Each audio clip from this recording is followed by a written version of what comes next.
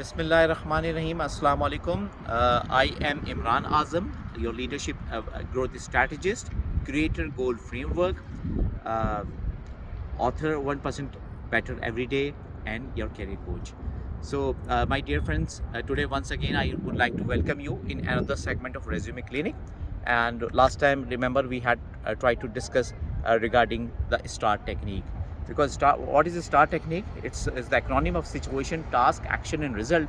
And the overall objective is that your resume should be your marketing tool, because it's not you who are basically going into the eyes of the recruiting or hiring manager. It is your resume that must catch his attention first.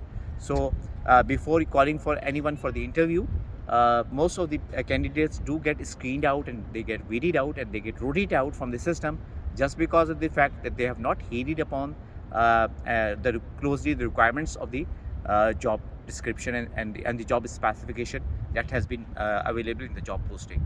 So what you need to do is you need to ensure that your resume must meet the requirements of the job posting. And what is important here is you have to understand that you have to highlight your accomplishments, and you have to use strong adjectives.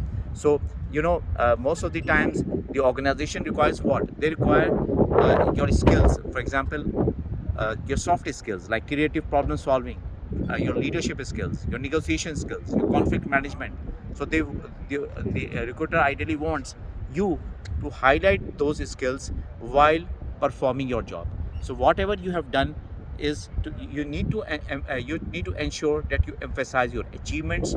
For example, if you say, okay, you have wrote letters, or if an executive secretary says that she just types she just types a document, that's not enough. What you need to do is you have to be result oriented. So for example, if you have spearheaded a cross functional team that has been able to deliver the project in time, and that has impact some cost savings for the organization, that has impact some aha moments for the organization, that has some consequences, positive consequences of synergizing and improving the relationships with the contractors or the suppliers, that needs to be quantified. So what you need to do is to quantify and specify your accomplishments. So I say S stands for situation, you have to describe a situation where and identify what were the challenges before you embarking into that project. So once you have defined the situation in which you have highlighted the challenges before your role into the process, that's very very important, because you have to weave a whole story about it. And then when I say T stands for task, you have to identify what was the project. Was it related to compensation benefits? Was it related to streamlining the payroll system?